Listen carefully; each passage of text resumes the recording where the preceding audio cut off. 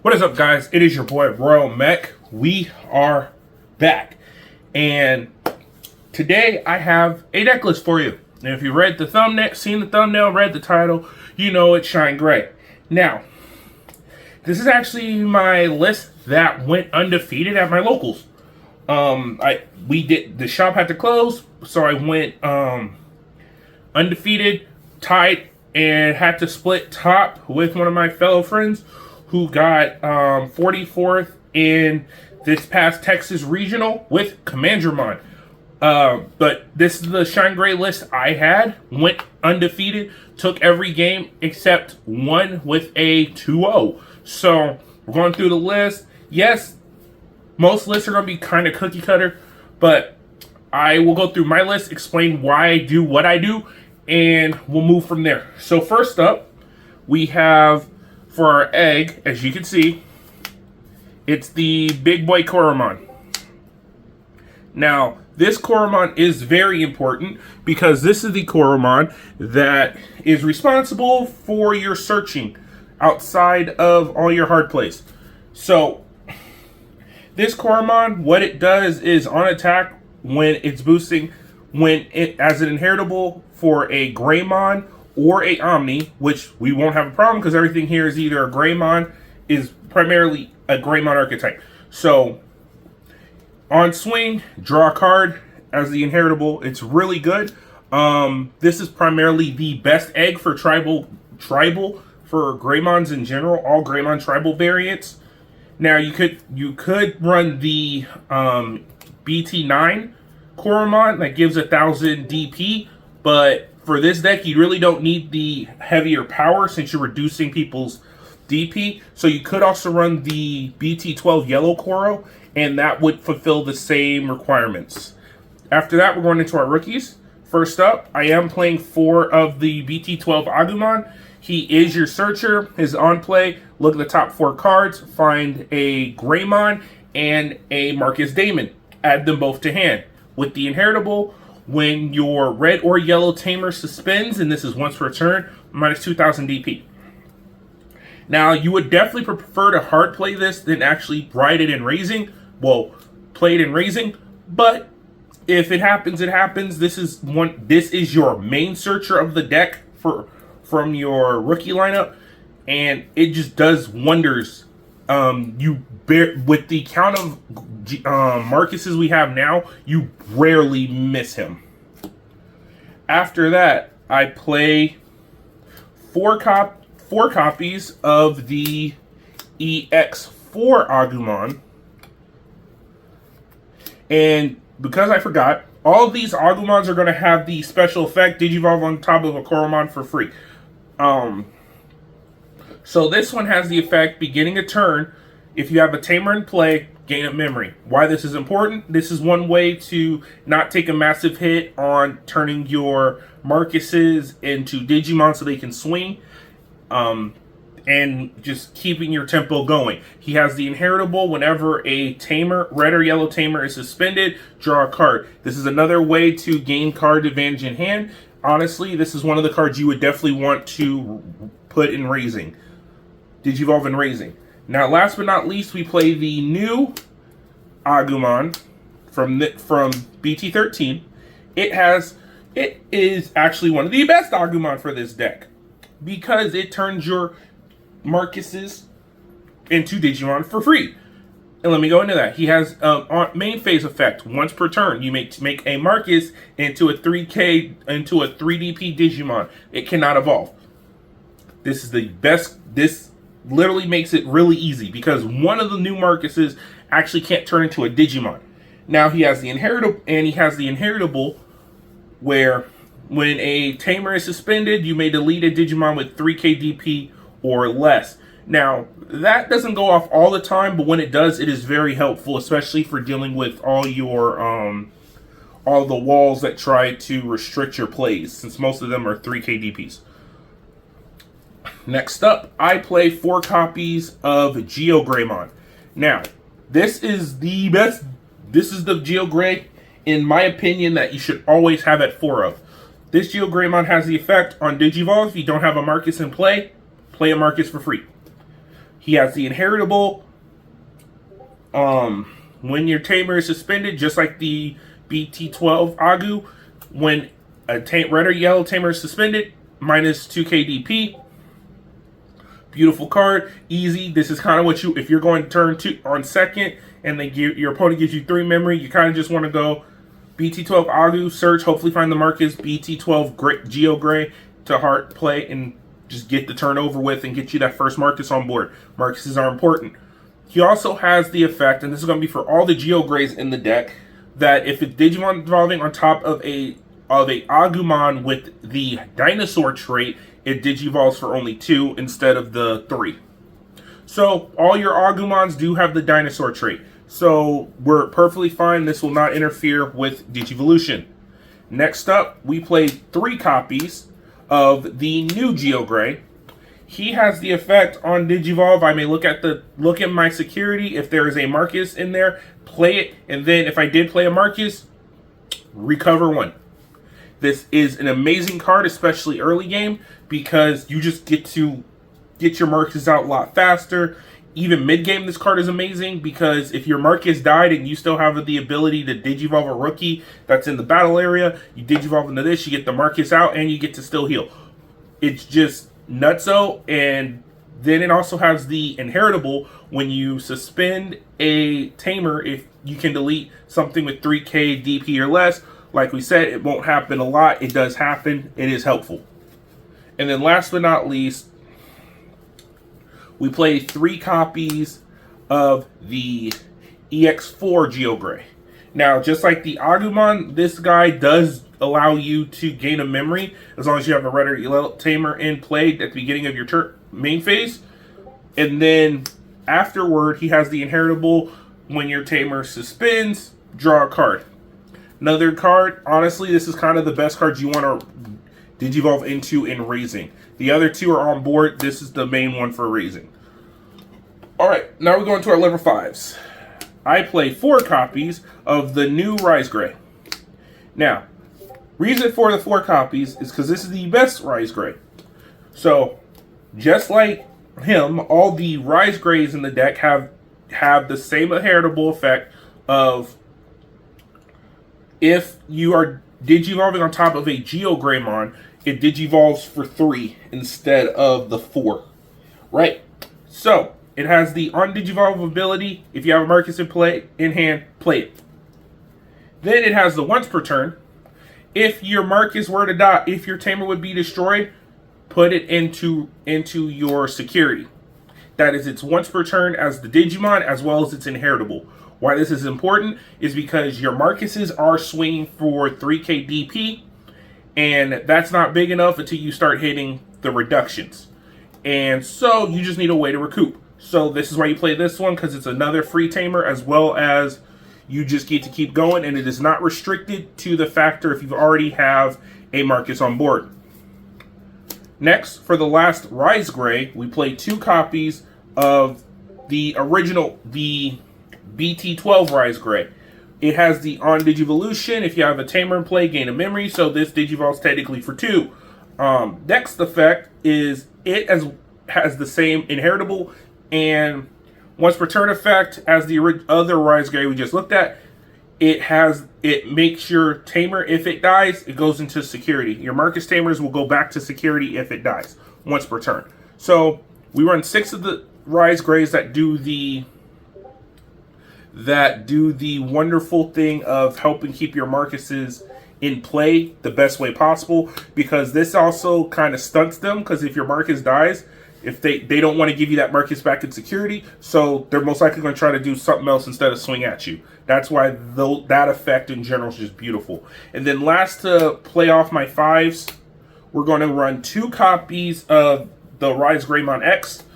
It has the ability, it Digivolves on Rise Grays for 1 Evo cost, and then on Digivolve, play a Tamer.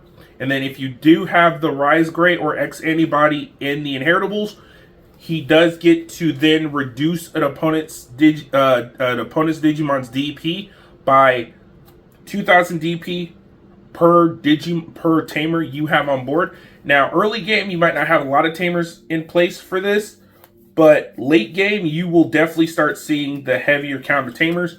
So this does help. It definitely helps against decks that like to have a lot of blockers early, because this can start funneling and weeding those out and getting them lower to where your other inheritables can just start pinging and killing off.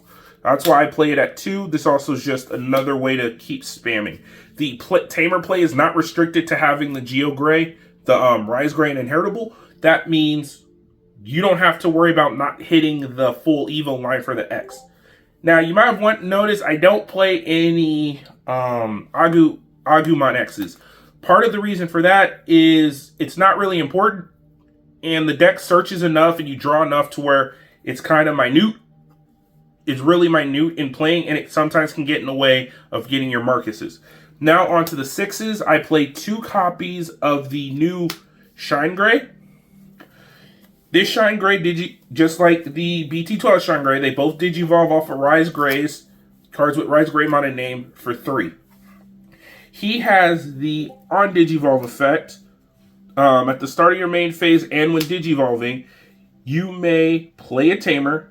Until the end of one of your opponent's turn, you can make one of your Marcus Daemons a blocker. A 3k DP Digimon blocker with blocker until the end of turn, which is amazing. Now, it has the once per turn effect of when a Tamer is suspended, you may... one of your opponent's Digimon gets my 6k DP. Now, that's also good because it helps keep the whole process of ways of reducing and it helping keeping their boards under control. This deck definitely handled the Digivolving, the DP reduction properly in a way that's not overabundant and outrageous like when we had Lord Knight. But it's still pressuring enough to where you have to be careful about. Now, why we play this is because it allows another access to playing another Marcus. Because the Marcus you make a Digimon does not have to be the one that's on board. It can also come from hand. So, give another way to play Marcus access. I play 2. It's up to you. You can play only 1. I think 2 is the best number for that situation, because just being able to play another free Marcus in your game at any time is brilliant. Then on to the main level 6 of the deck. We play the BT12 Shine Gray. You know him, you love him to hate him.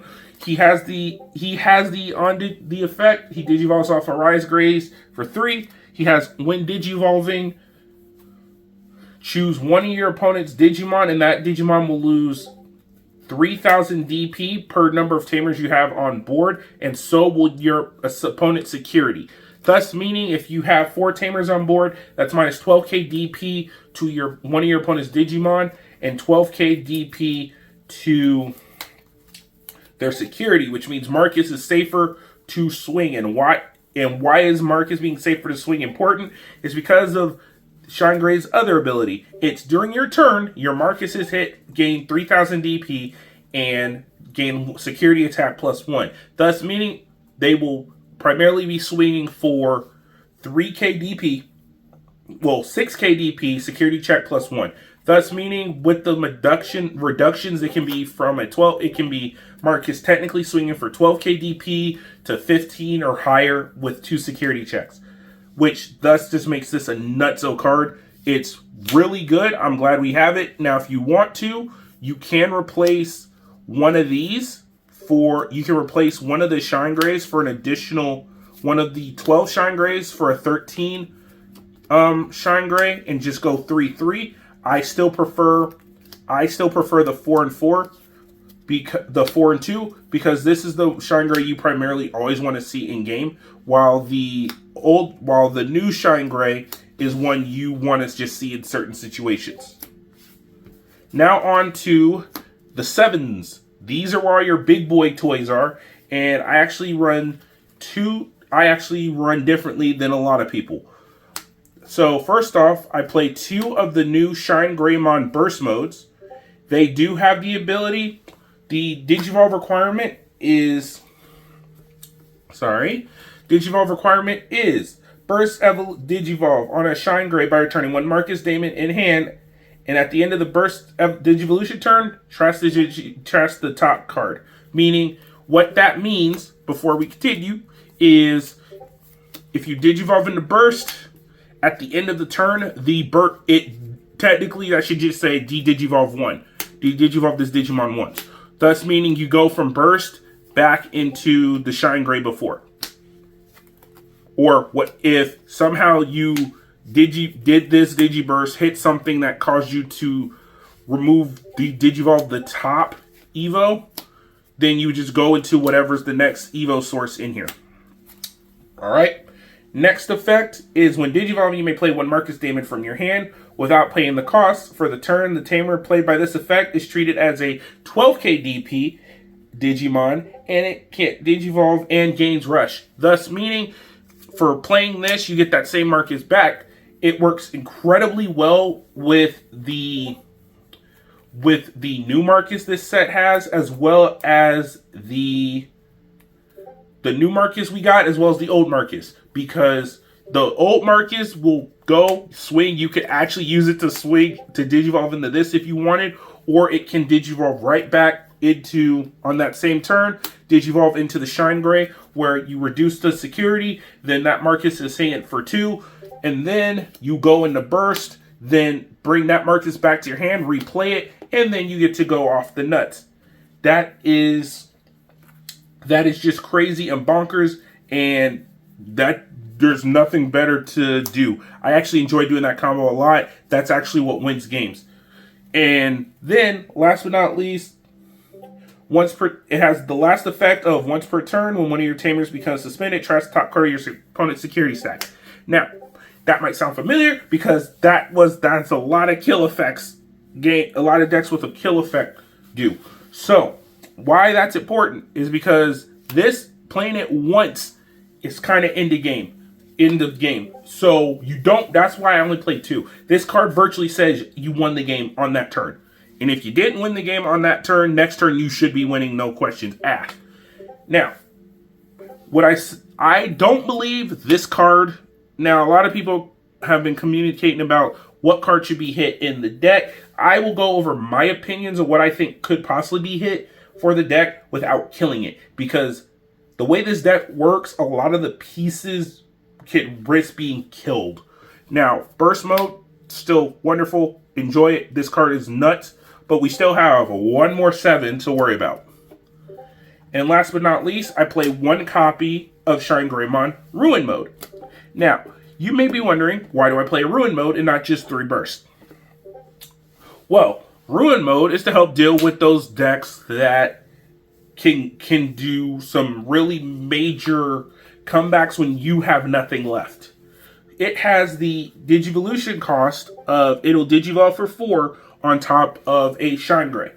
Now, that could also be free because Marcus can Digivolve into this for free for you. Then it has the on Digivolution effect, minus 5k DP for the entire board to the end of your opponent's turn. Thus meaning, they can't do anything on their turn because everything on their board, if it ever comes from raising or actually hits the board, loses 5k DP, which is amazing. But then it has the end of attack ability that when it, and oh, before the way, that Digivolution effect is also its on delete skill.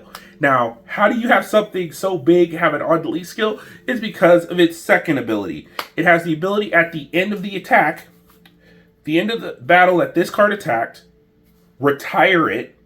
Then if you have a tamer in play, you may hatch an egg in raising, and then if you do, recover 1. So what it does is you pretty much get to go into this. If you did it for free, and it's still your turn, you go into it, you help clear, make the board weaker, you swing with it, then you let the board you do your damage, then you kill it, you let the board now go to the point where everything on your opponent's side is going to die pretty much for the next turn, because minus 10k DP pretty much guarantees your opponent can't really do anything on their turn. They can't really hard play stuff, and it stay on the board. Anything they play on board is going to pretty much die for their next turn. Then it also allows you to raise. So if you did all of this and you still have turn, this allows you to restart up your tower before you lose anything. And that's why I play this at 1. because you have two paths of victory. You have your path to victory, and then you have your muffin button in case of emergencies, so you can get back up into it. And honestly, you can't hate this card at all. If you want to go 3 burst modes and that's it, that's fine. I honestly feel one of these is enough. Now we go into the options. We're going to play 1 copy of Sunrise Buster. We all know what this does. 5 cost on play. Play a tamer, and then for every tamer in play, one of your opponent's Digimon loses 3k DP. Really good. Enjoy it. It just does what it's supposed to do. It helps the deck. You get more tamers off it. Brilliant. Then we go up to its younger brother. We get the Sunrise Blast. It does the same thing per se as Sunrise Buster. The only difference is you only get to play a Marcus. And then after you do, 3 of your opponent's Digimon lose minus 2k DP. Now, in regards, honestly, I think Sunrise, the Shining Blast, is better than Sunrise because of the effect of it gets to hit 3 Digimon at one time. And that's actually a better clutch ability than saying I'm only going to touch 1. This gets to touch as many as 3 Digimon, and they lose 2k for each tamer. That could be the same as this can hit about equivalent to one of these for 4 tamers. This can hit the same amount for two. So it's just, honestly, these two are really good. I'm glad they made a weaker version of Sunrise in sense of the DP reduction, but then it makes up for it with the fact it hits more. So being able to do it decks that like to go wide, this is very helpful. Now, last but not least, in my option cards, I played 1 copy of Final Shining Burst. Now, Final Shining Burst, it does 2 things. 1, you get to play a tamer. That is a Marcus, but that's about it. As well as, but that's after you've reduced something by 12k DP. Now, playing the Marcus is not reliant on being able to kill something, but being able to say in security, you hit this, they lose 12k DP to one of their Digimon, and then you get to play a tamer. You could virtually kill an entire Digimon off this and playing a tamer. And I will get into how you can do that right now, because our tamers are important. First up, we're going to talk about the new Marcus. And we play 4 of these. So this Marcus is a 5 cost drop and hits a memory tamer. But this is a special memory tamer, because this Marcus also has the ability on play you may suspend it.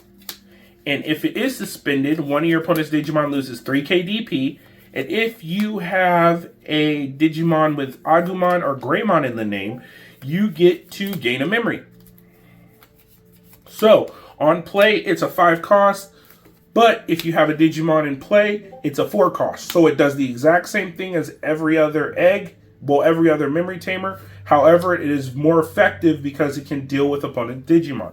Now, when I said just a second ago that you could possibly kill anything with Shining Burst, is because of this. This and Shining Burst together virtually can kill any level 7. Because you minus 12, and then you minus 3 more. So there you go, you just hit 15. And then if you do have a Digimon on board with the rest of the inheritables, you could hit something higher than that. You could hit probably a 20k. I know that's cutting it close, but you can get really close to hitting something with over 20k DP. But this is what the new Marcus, you play the 4, you want to be able to see it, and you can hard play it to use it as a tool, or with all the tools we have that can hard play our Digimon for us. This is the goal, as well as being able to, with the Agumon, turn this into a Digimon, and every time it swings, you gain a memory because you just, and minus something by 3k DP. It's just wonderful.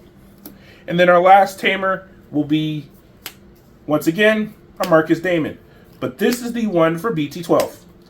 This is BT12's Marcus. Last one is BT13's Marcus. BT12's Marcus is the one that, for 1 memory at the start of your main phase, you can pay to make it into a 3k Digimon that has that when it's on our turn, when it swings and it suspends, when it suspends, you can cause it to Digivolve, cause one of your Agumons or Greymons to Digivolve into a yellow Digimon. So you play this, you get the Digivolution, and then you go ahead and mind your business. Why this card is so important to the deck is because it's the lifeblood, honestly. It's what keeps the deck's speed equivalent to a lot of these faster decks now. Without this Marcus, I don't actually feel the deck would have enough speed. So, that's the deck list. Now, in regards to looking at cards, what this deck could hit without killing the deck, honestly, it's a really hard thing to question. What do you hit to keep this deck from... ironically, what do you hit in here without killing the deck? Because you can't technically touch this Marcus. Because if you hit this Marcus, the deck dies. The whole point of this deck is to have your Marcus swinging. But if this Marcus is only at a 1 of in the deck, this deck is kind of completely dead. You could hit the burst mode to put it to 1, which would make sense. Which is a good option. So you could probably make burst mode be a 1 of. It definitely makes the deck slightly have to change its building, because now you have to hunt this, and you don't have to, and you won't worry about this just being immediately hit to you and you're gone. I also could see them hitting the BT12 Shine Gray at some point if they wanted to, because this boy is nuts, and he's also one of the pieces that makes Marcus more deadly. Outside of that, though, if we want to be honest, they could possibly have these have a restriction to where you can't play them both in the deck.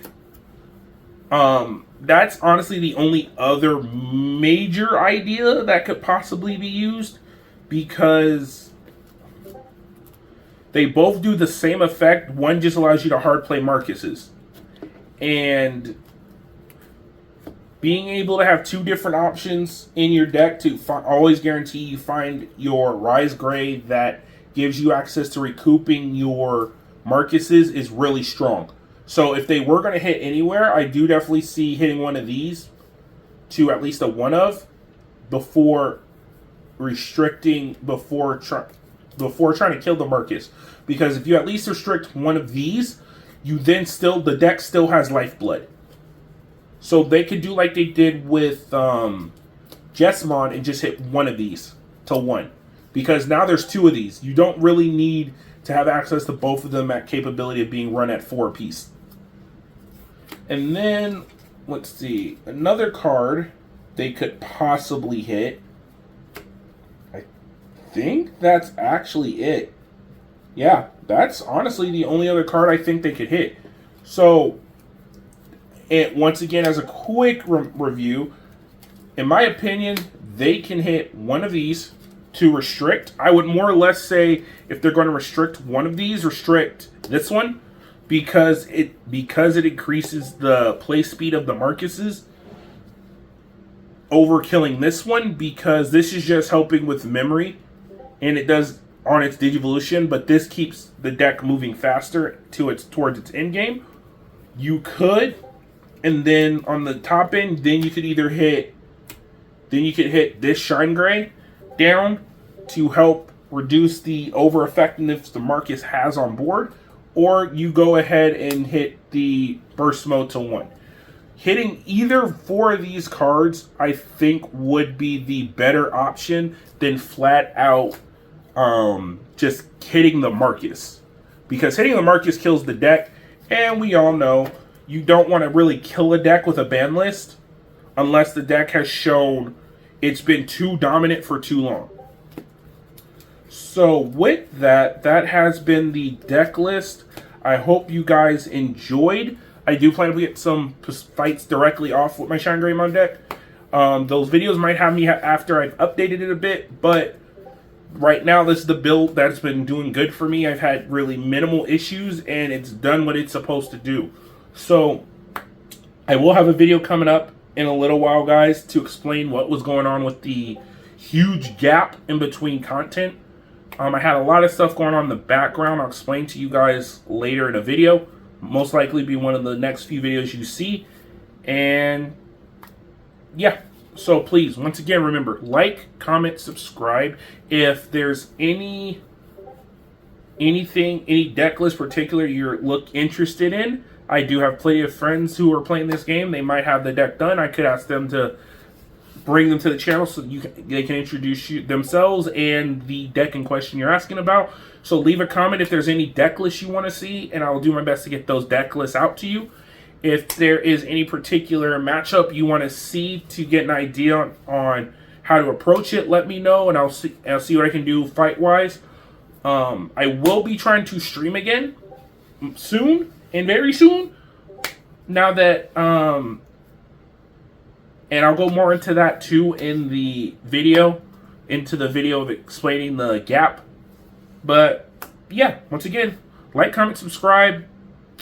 Good to be back. Hope you guys are still, thank you for you guys who are still with me. And I will see you guys in the next video. Later, and peace.